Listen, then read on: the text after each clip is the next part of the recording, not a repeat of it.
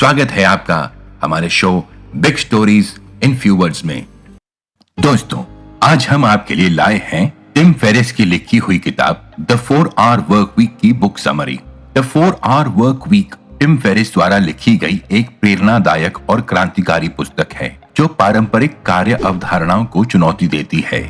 यह पुस्तक पाठकों को सिखाती है कि कैसे वे न्यूनतम समय में अधिकतम सफलता प्राप्त कर सकते हैं और अपनी जिंदगी को पूरी तरह से जी सकते हैं। टिम फेरिस ने इसमें अपने व्यक्तिगत अनुभवों और वास्तविक जीवन के उदाहरणों के माध्यम से यह सिद्ध किया है कि 4 घंटे का कार्य सप्ताह केवल एक सपना नहीं बल्कि एक वास्तविकता है। मुख्य सिद्धांत डेफिनेशन यानी परिभाषा। कहानी की शुरुआत टिम के व्यक्तिगत संघर्षों और असंतोष से होती है, जब टिम फेरिस भी अन्य लोगों की तरह एक नियमित नौकरी में फंसे हुए थे जहां वे दिन रात मेहनत करते थे लेकिन फिर भी असंतुष्ट और थके हुए महसूस करते थे।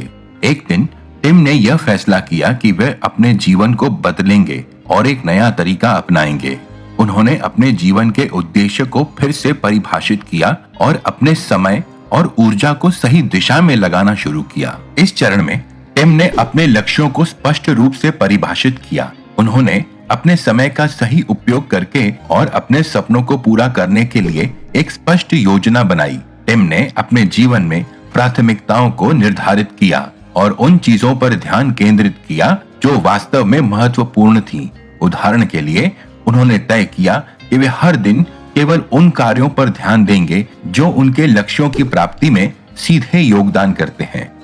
दूसरा सिद्धांत एलिमिनेशन मतलब निराकरण। टिम का दूसरा सिद्धांत यह है कि अनावश्यक कार्यों और समय खपत करने वाली गतिविधियों को खत्म किया जाए। उन्होंने यह महसूस किया कि अधिकतर समय लोग व्यर्थ की चीजों में फंसे रहते हैं जो उनकी उत्पादकता यानी कि प्रोडक्टिविटी को कम करती हैं।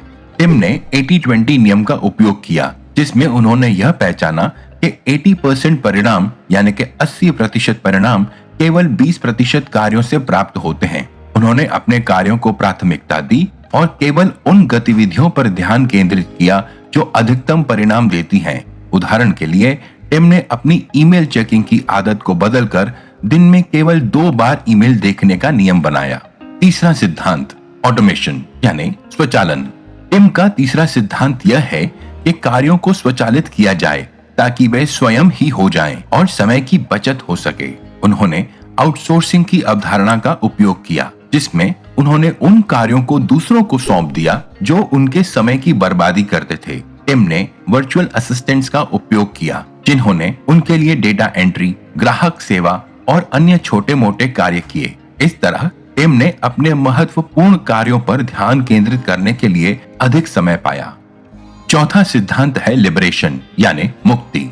टिम का अंतिम सिद्धांत यह है कि आप अपने कार्यों और स्थान से स्वतंत्र हो जाएं। उन्होंने यह सिखाया कि कैसे आप वर्चुअल बनकर कहीं से भी काम कर सकते हैं। टिम ने मिनी रिटायरमेंट्स की अवधारणा प्रस्तुत की, जिसमें वे समय समय पर दुनिया की सैर करते हुए काम करते थे। उदाहरण के लिए, टिम ने ब्राजील में रहकर अपनी कंपनी चलाई और वहीं से अपने ग्राहकों के साथ बातचीत की। इस प्रकार टिम ने साबित किया कि काम और जीवन को संतुलित करना संभव है। टिम की इस किताब में कुछ प्रेरणादायक उदाहरण दिए गए हैं। पहला उदाहरण, जापान यात्रा। टिम ने एक बार जापान की यात्रा की, जहां उन्होंने अपनी कंपनी के लिए नए बाजारों की खोज की। वहां उन्होंने अपने काम को स्वचालित किया और एक वर्चुअल असिस्टेंट की मदद से अपनी कंपनी का संचालन किया। इस अनुभव ने टिम को यह सिखाया कि कैसे वे अपनी कंपनी को दुनिया के किसी भी कोने से चला सकते हैं। टिम ने एक बार आइसलैंड में मछली पकड़ने का फैसला किया और वहां के प्राकृतिक सौंदर्य का आनंद लिया।